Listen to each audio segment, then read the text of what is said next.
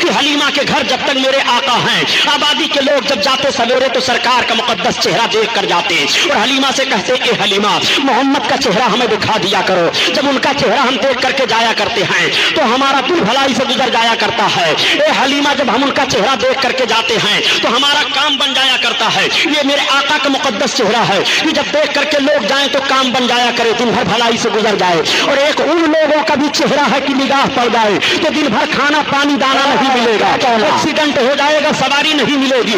خدا کی قسم نبی کے چہرے کا حال تو یہ ہے کہ رب تعالیٰ رخ نبوت کی قسم یاد فرما رہا ہے. سبحان اللہ, تمہارے رخ روشن کی قسم ہے, تمہارے زلف معمبری کی قسم ہے. نبی آخر الزمان صلی اللہ علیہ وسلم کا وہ مقدس چہرہ ہے کہ جن کے چہرے کی قسم رب یاد فرما رہا ہے. آؤ جانور دیکھنے کے لیے ترس رہے ہیں, آؤ باتیں بتانے کی بات نہیں ہے پیارے بلکہ سمجھنے کی بات ہے. اعلان نبوت کے بعد کا ایک ماحول عرض کرتا چلوں تاکہ آپ کے ذہن میں بات نشین ہو جائے.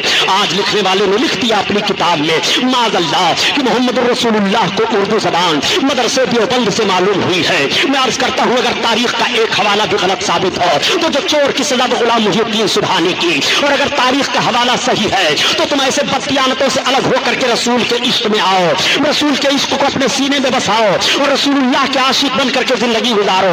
نبی کونین صلی اللہ علیہ وسلم سارے عالم کے لیے نبی ہیں اور سارے عالم کے لیے رحمت ہیں. ہر ایک کی زبان میرے آقا سمجھ رہے ہیں, چاہے ہندوستانی ہو اس کی بھی زبان سمجھ رہے ہیں, ایرانی ہو اس کی بھی زبان سمجھ رہے ہیں, عربی ہو اس کی بھی زبان سمجھ رہے ہیں, ساری دنیا کے انسانوں کی زبان سمجھ رہے ہیں, جانوروں کی زبان سمجھ رہے ہیں, چرند و پرند کی زبان سمجھ رہے ہیں. اس لیے کہ نبی کونین بن کر کے تشریف لائے ہیں وہ سب کی زبان سمجھ رہے ہیں. ارے یار یاد رکھو حضرت آدم علیہ الصلوۃ والتسلیم کو 7 لاکھ زبانوں کا علم تھا اور اس وقت دنیا میں صرف 30,000 زبانیں بولی جا رہی ہیں, 30,000 زبانیں بولی جا رہی ہیں. اور حضرت آدم علیہ السلام کو 7 لاکھ زبانوں کا علم تھا. نبی کونین صلی اللہ علیہ وسلم تو امام الانبیاء ہیں. نبی کو اللہ تعالیٰ نے سارے علوم عطا فرما دیے ہیں. کوئی ایسی زبان نہیں ہے جس زبان کو میرے آقا نہ جان رہے ہوں. آقا کریم صلی اللہ تعالیٰ علیہ وسلم کس طرح زبانوں کو سمجھ رہے ہیں. دیکھو میں نے یہ دعویٰ کیا ہے آج یہ آقا صلی اللہ علیہ وسلم جلوہ افروز ہیں. رسالت و نبوت کا اعلان ہو چکا ہے,